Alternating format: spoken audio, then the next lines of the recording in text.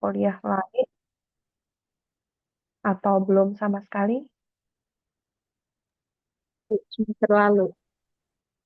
Iya, gimana?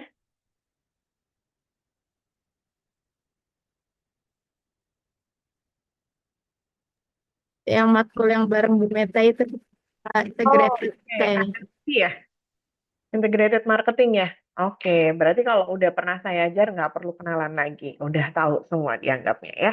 Oke, oke ketemu lagi. Ini kalau kemarin di IMC, Integrated Marketing Communication itu lebih banyak bicara lebih skopnya ke marketingnya. Kalau di digital marketing, mata kuliah kita sekarang, digital marketing bener ya? Oke, di digital marketing ini ada sedikit-sedikit marketingnya, tapi memang konteksnya menjadi lebih luas ketika kita menyentuh ranah digitalisasi gitu ya. Jadi ada beberapa pengembangan konsep dari marketing yang konvensional, kemudian diadaptasikan pada konteks digital gitu ya. Oke, saya coba share screen RPS-nya.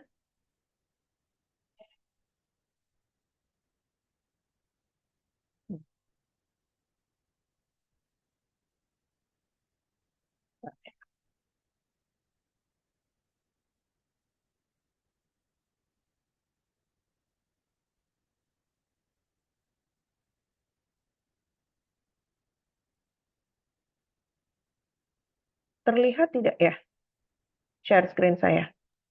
Lihat Bu. Oke.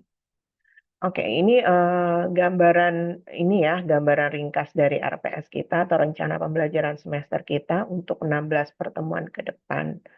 Dan hari ini adalah pertemuan pertama gitu ya. Jadi kita akan membicarakan RPS, kontrak perkuliahan, dan mungkin teman-teman bisa mendapatkan gambaran umum gitu ya, kira-kira mata kuliah digital marketing ini akan seperti apa gitu ya. Jadi untuk deskripsi mata kuliahnya gitu ya, mungkin teman-teman bisa sambil kita cermati bersama gitu ya. Jadi kalau di mata kuliah manajemen pemasaran lebih ke konsep pemasarannya, kemudian integrated marketing communication itu lebih banyak ke komunikasi pemasaran, di mana itu bicara tentang saluran-saluran promosi ya, kalau integrated marketing communication, fokusnya lebih ke sana. Itu kalau digital marketing sebenarnya ini adalah implementasi dari konsep pemasaran yang menggunakan media digital gitu. Jadi eh, kalau bicara tentang digital marketing tidak hanya upaya marketing saja gitu ya, tapi ada beberapa strategi yang lebih detail yang membuat berbeda dari marketing konvensional gitu ya. Jadi lebih ke marketing strategik gitu, kemudian konteksnya digital. Jadi itu gambaran umumnya dari digital marketing ya.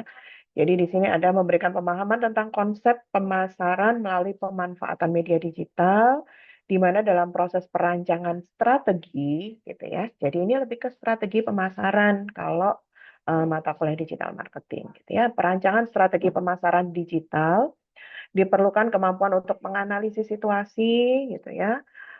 Jadi kalau di mata kuliah manajemen pemasaran sifatnya tidak implementatif gitu ya, pemahaman konsep saja gitu. Kalau mata kuliah manajemen pemasaran.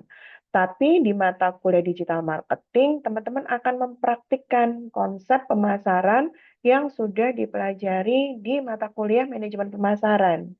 Sudah ambil semua ya mata kuliah manajemen pemasaran? Sudah? Sudah atau belum? Udah dapat semua ya? Apa udah lupa? Oke, mudah-mudahan udah. Gimana Dea? Dia udah pernah dapat mata kuliah manajemen pemasaran Dea? Udah kayaknya Bu. Yang sama Pak Ferry. Ah, iya benar. Nah, Semester 2 kalau nggak salah, Bu. oke.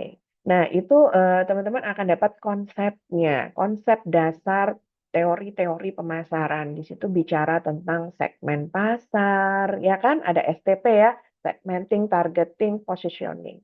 Terus pasti bicara lagi beberapa teori yang tentang persepsi nilai, tentang kepuasan, tentang loyalitas pelanggan. Ya, saya coba refresh ya. Itu adalah konsep-konsep pemasaran. Nah, di digital marketing sifatnya lebih implementatif gitu ya. Ketika teman-teman mau menerapkan strategi, maka teori-teori yang tadinya dipelajari di manajemen pemasaran akan kalian praktikkan di sini.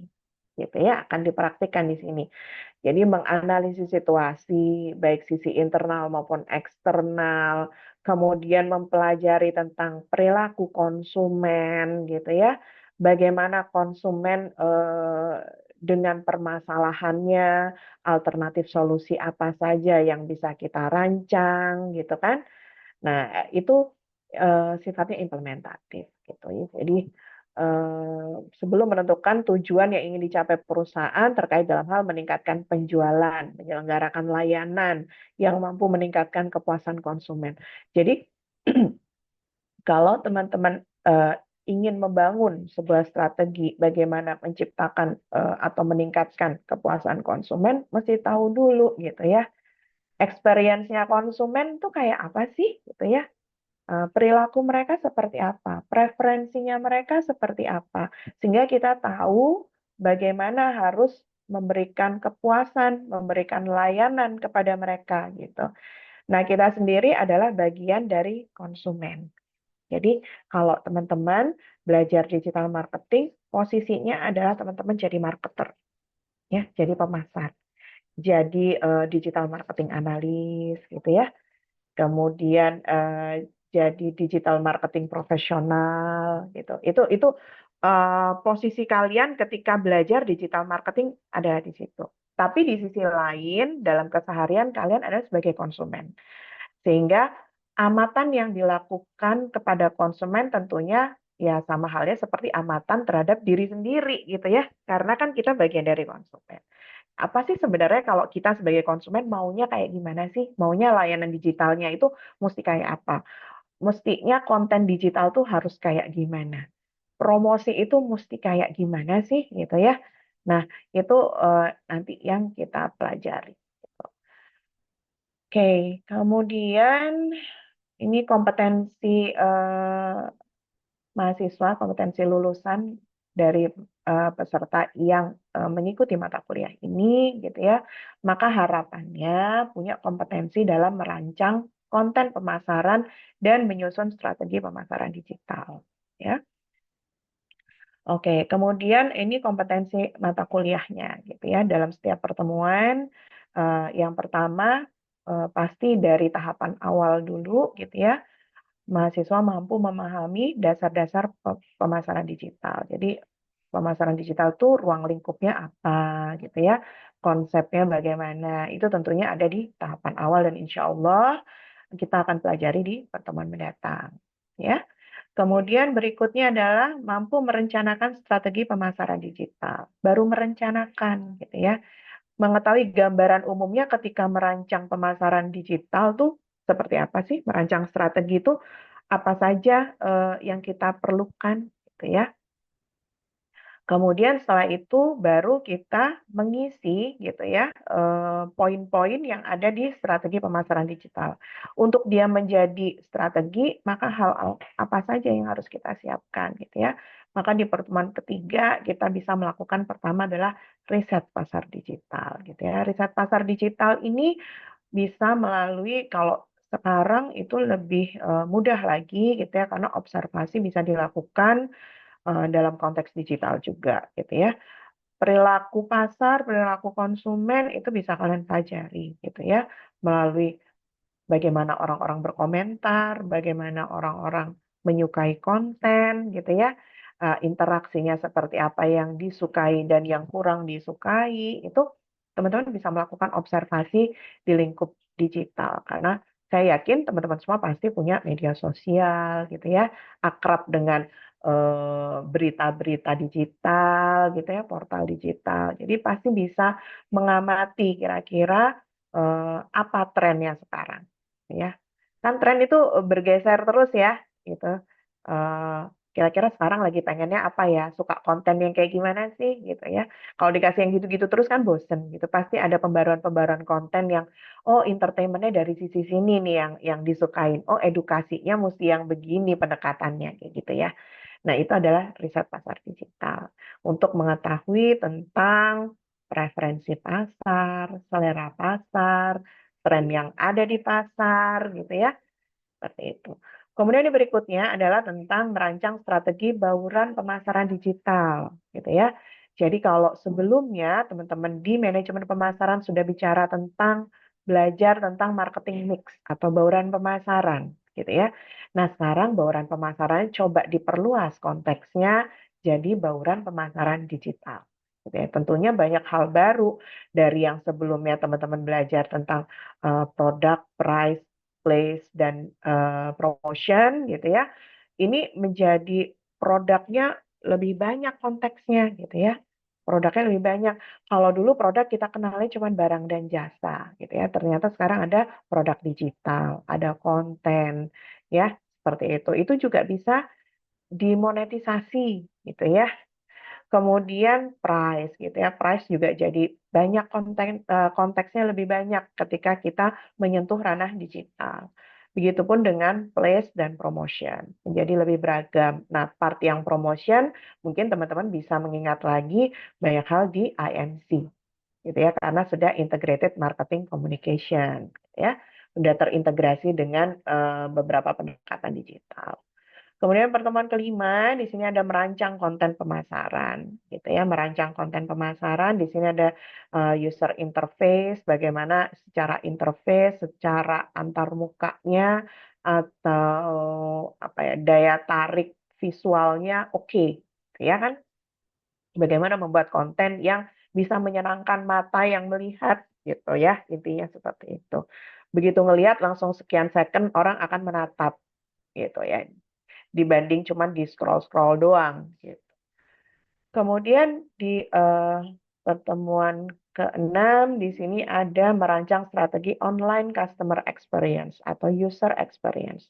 Bagaimana membuat orang nyaman dengan layanan digital yang dirancang, yang dibuat gitu ya. Kemudian mahasiswa mampu merancang search engine optimization sebagai strategi pemasaran digital. Kemudian yang kedelapan, mahasiswa mampu merancang sosial media marketing. Yang kesembilan, mahasiswa mampu merancang strategi untuk membangun digital marketing communication, di sini melalui pendekatan copywriting, gitu ya. Karena UI-nya sudah, UX-nya sudah. Maka kalau kita bicara sosial media marketing, yang menjadi penting juga ada bukan saja kontennya, tapi copywriting, caption itu juga menjadi satu kuncian yang penting untuk menginformasikan, memberikan gamifikasi, gimmick gitu ya, itu ada di copywriting ya. Kemudian ada customer relationship strategi gitu ya, jadi bagaimana membuat orang bisa engage dengan konten kita gitu ya, dengan media sosial kita, bagaimana kita menjalin engagement. Di situ nanti kita bicara tentang pilar engagement ada apa saja gitu ya. Konten-konten seperti apa yang disukai gitu. Kemudian yang ke-11 di sini ada mengoptimalkan online advertising, kemudian mengevaluasi digital channel performance gitu ya. Jadi ini penting untuk mengevaluasi setelah teman-teman melihat gitu ya bagaimana konten di banyak media sosial, kemudian dievaluasi gitu ya digital channel performance-nya. Itu nanti ada beberapa penugasan biasanya kalau yang di setelah UTS ini lebih banyak sifatnya aplikatif gitu atau tugas. Dan nanti di setelah UTS itu teman-teman akan didampingi oleh Ibu Meta gitu ya. Jadi saya akan memberikan materi yang sifatnya dasar gitu ya, pengetahuan awal di sebelum UTS, nanti yang aplikatif akan didampingi oleh Bu Meta. Dan pertemuan ke-13 adalah mengoptimalkan dan merancang cyber security gitu ya. Pemahaman kita mengenai cyber security itu juga penting gitu ya. Oke, karena literasi digital itu tidak hanya tentang bagaimana kita bisa menggunakan device gitu ya, atau menggunakan aplikasi, tapi juga bagaimana kita memahami tentang keamanan dari sebuah sistem. Gitu, keamanan dari sebuah sistem, bagaimana kita menjaga kerahasiaan data dan sebagainya, gitu ya. Atau bertanggung jawab, punya ethical konsep gitu ya, atau business ethics gitu, bagaimana kita menjaga sebuah kerahasiaan, kemudian menghormati privacy, membuat konten yang tidak melanggar etik gitu ya. Nah, itu juga penting. Jadi bukan berarti kalau kita punya kreativitas yang bagus untuk membuat konten, kemudian kita menjadi content creator yang tidak bertanggung jawab, itu juga nggak boleh gitu ya. Cuman pengen misalkan dapat ratingnya bagus, dapat viewernya banyak, terus kita melanggar etika, itu juga nggak bagus ya.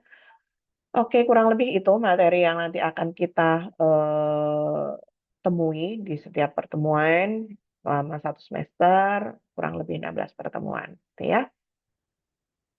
Kemudian nanti ada beberapa penugasan. Untuk penugasan sih, kalau di saya mungkin tugas kelompok berupa rancangan strategi bauran pemasaran digital gitu ya dalam bentuk makalah dan PPT yang dipresentasikan. Ini bisa biasanya sekaligus untuk UTS nantinya gitu ya. Kemudian yang tugas berikutnya nanti mungkin akan dikoordinasikan lagi dengan Bu Meta gitu ya, karena nanti Bu Meta yang menyampaikan sendiri gitu ya. Kemudian untuk penilaian, tentunya kehadiran teman-teman di setiap pertemuan itu juga menjadi dasar penilaian saya gitu ya. Aktivitas teman-teman ketika perkuliahan itu juga menentukan. Jadi saya tidak hanya melihat pada hasil akhirnya atau nilai UTS dan puasnya, tapi saya juga menghargai proses yang sudah teman-teman lewati gitu ya, untuk hadir, untuk disiplin, untuk aktif di dalam kelas gitu, kemudian berkontribusi secara individu maupun di dalam kelompok, itu saya sangat menghargai proses yang kalian lewati, sehingga itu juga menjadi eh, apa pertimbangan penilaian saya gitu ya. Untuk persentasenya bisa teman-teman simak di layar. Kemudian untuk tata tertib gitu ya, seperti biasa gitu ya, teman-teman boleh kalau misalkan tidak hadir karena sakit atau izin ada kepentingan tertentu, silakan izin langsung ke saya, silakan di WA saya, biar saya tahu kalau teman-teman mungkin sedang kurang sehat atau izin karena hal yang urgent, silakan gitu. Tapi tentunya juga punya batas gitu ya, tidak boleh izin terus-terusan gitu. Kalau misalkan ada kepentingan yang urgent dan melewati dari batas minimal 80%, komunikasikan dengan saya. Kasih tahu saya kenapa, sakitnya sakit apa, misalkan gitu ya, sampai harus berapa kali nggak masuk, gitu ya. Silakan, ya, saya sangat terbuka untuk komunikasi. Ya, jadi diharapkan teman-teman bisa, karena di sini kehadiran punya kontribusi 10%, diharapkan teman-teman juga bisa, kita sama-sama disiplin gitu ya untuk hadir gitu. Saya berusaha dengan segala kesibukan saya untuk hadir di kelas, memberikan materi sebagai bentuk tanggung jawab saya, dan saya pun berharap teman-teman sebagai mahasiswa juga punya tanggung jawab yang sama gitu ya. Kita saling menghormati gitu ya di dalam kelas ini. Kemudian dosen dan mahasiswa tiba di kelas tepat waktu sesuai dengan waktu yang ditetapkan atau kita sepakati bersama.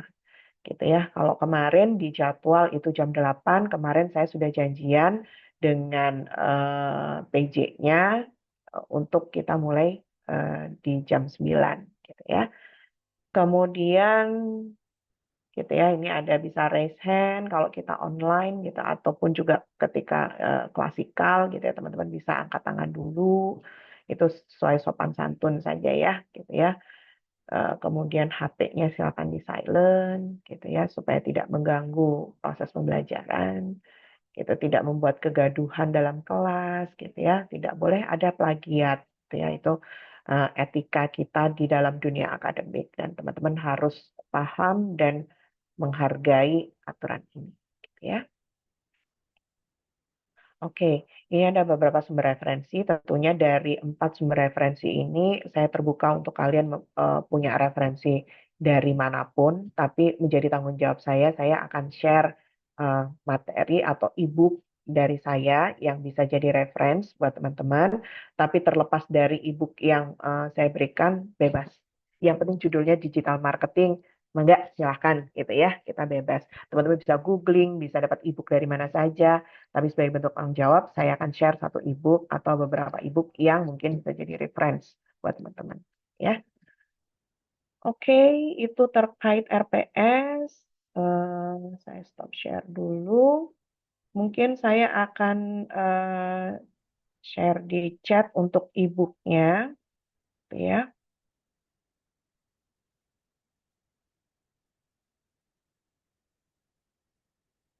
Atau saya share di WA group kali ya. Takutnya keberatan share-nya.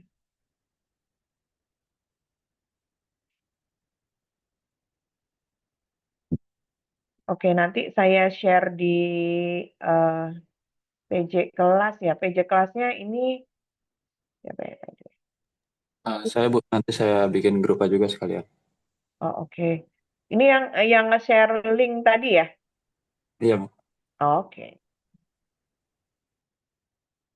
Nitip share di kamu ya.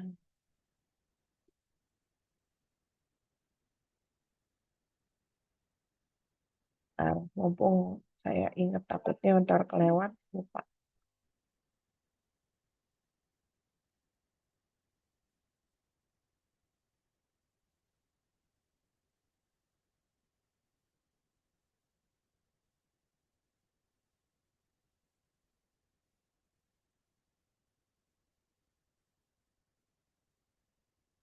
Oke, saya sudah share RPS dan e-book. Sudah diterima?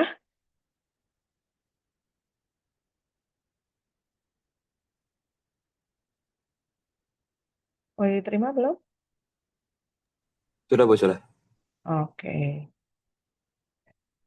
Oke, jadi beberapa hal mungkin saya sedikit share gitu ya. Terlihat ini e-booknya? Terlihat tidak ya? Terlihat, Bu. Oke, terlihat ya.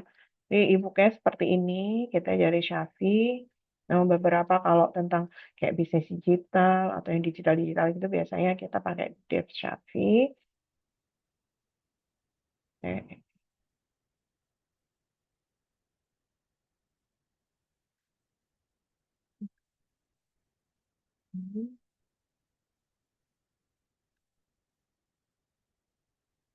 Ini materi besarnya, jadi ada Digital Marketing Fundamentals. Yang ini nanti saya rangkap di satu pertemuan saja. Tadi yang dasar-dasar digital marketing gitu ya. Kemudian ada digital marketing strategy and development. Gitu, ini dibagi menjadi beberapa materi ya. Tadi ada digital marketing strategy, kemudian ada marketing mix, ada relationship marketing using digital platforms. Ya, itu ya. Kemudian nanti yang di part 3 ini bagian Meta, bagian gitu ya. Seperti itu. Nah, ini rincian detail materinya. Jadi nanti karena kita pertemuannya sekitar hanya 100 menit gitu ya, tentunya materi yang ada di buku sangat sulit untuk bisa disampaikan dalam satu pertemuan gitu, satu chapter satu pertemuan itu agak lumayan susah gitu ya karena materinya cukup banyak gitu ya. Jadi mungkin di PPT saya itu hanya merangkum yang ada di buku gitu ya, meringkas yang ada di buku. Nah, karena teman-teman sudah pegang e-booknya, maka secara detailnya bentuknya seperti apa, penjelasan atau contoh-contohnya seperti apa, nanti teman-teman bisa sambil baca gitu ya supaya nanti kita bisa lakukan diskusi ketika pertemuan gitu ya. Jadi materi cukup banyak gitu gitu. Jadi nanti ini saya akan ringkas di dalam PowerPoint saya gitu sehingga tidak too much gitu ya untuk hanya 100 menit gitu kan nggak mungkin full ini ya, full materi semua gitu. Akan boring nanti. Oke. Kurang lebih itu untuk pertemuan kita. Kemudian hal penting yang saya ingin bahas sebenarnya adalah tentang jadwal gitu ya.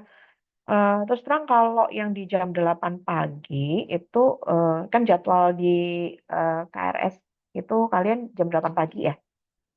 Jam 8 sampai 9.50. Nah, itu terlalu pagi buat saya. Mungkin boleh nggak kalau saya gesernya ke jam 9 aja. Ada mata kuliah berikutnya yang kena nggak tuh? Bentar Bu, dicek dulu. Iya, dicek dulu silahkan. Kalau kita mulai di jam 9 sampai 10.50 memungkinkan tidak?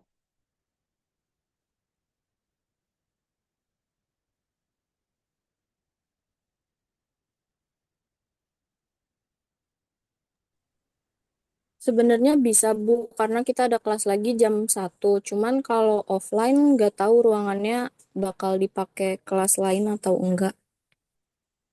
Oke, kalau kayak gitu berarti mungkin kelas kita online aja kali ya? Atau gimana maunya?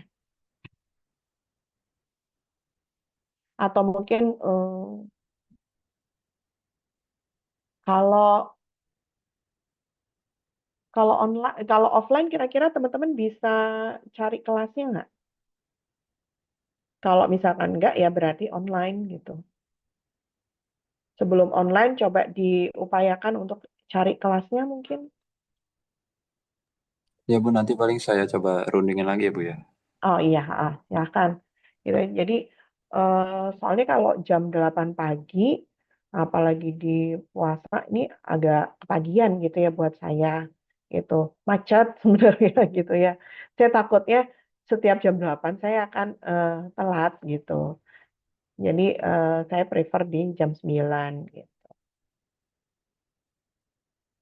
Tapi nanti dicari dulu ya kelasnya. Tapi kalau eh, opsinya tidak memungkinkan atau tidak dapat kelas offline, ya berarti kita kelasnya online. Gitu, gitu ya. Oke, berarti nanti saya tunggu feedback dari teman-teman ya. Itu. Kemudian mungkin nanti sekalian mumpung belum ada materi apa-apa, mungkin dibentuk kelompok gitu ya. Nanti juga di-share ke WA saya, kelompoknya siapa aja. Saya minta tolong, Aryo PJ ya? Iya Bu. Oh, oke, Aryo. Aryo nanti saya minta tolong dibikinin list nama teman-teman gitu ya, sama NIM-nya seperti biasa. Kemudian sama pembagian kelompok. Satu kelas tadi ada 30, berapa tuh? Tiga, tiga tiga. puluh tiga Bu. 33. Mungkin bisa dibagi jadi 6 kelompok kali ya. 6 kelompok, jadi ada yang 5, ada yang 6 gitu kan ya. Ya Bu. Ada 3 kelompok yang anggotanya 6, ada lainnya lagi yang anggotanya 5 gitu ya. Oke ya. Ya siap Bu.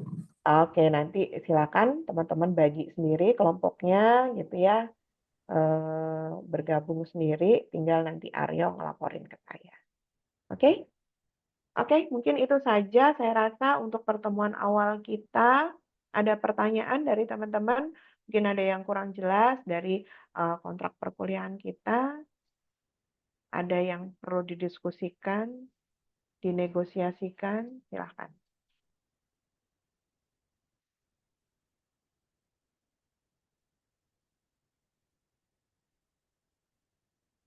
Gimana? Disepakati atau ada yang perlu dinegosiasi lagi?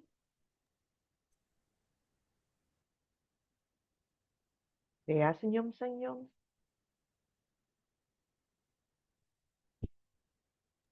Mungkin buat sekarang belum ada ya Bu ya. Cuman kalau ada nanti saya list pertanyaannya terus saya kirim ke Ibu sekalian semuanya gitu. Mungkin. Oke, oke, siap. Oke. Oke, kalau gitu saya akhiri pertemuan hari ini. Terima kasih. Di sini sudah ada 28 partisipan, 28 mahasiswa yang hadir. Berarti ada yang nggak hadir itu 2, 3, 5. 5 nggak hadir gitu ya. Eh, Mudah-mudahan minggu depan diberi kelonggaran waktu, berikan kesehatan, bisa masuk gitu ya. Yang 5 orang nggak masuk. Oke, selamat menjalankan ibadah puasa bagi yang menjalankan. eh, yang rumahnya kena banjir, mudah-mudahan cepat surut, diberikan kesabaran, gitu ya. Oke, saya tutup pertemuan hari ini. Selamat pagi, assalamualaikum warahmatullahi wabarakatuh.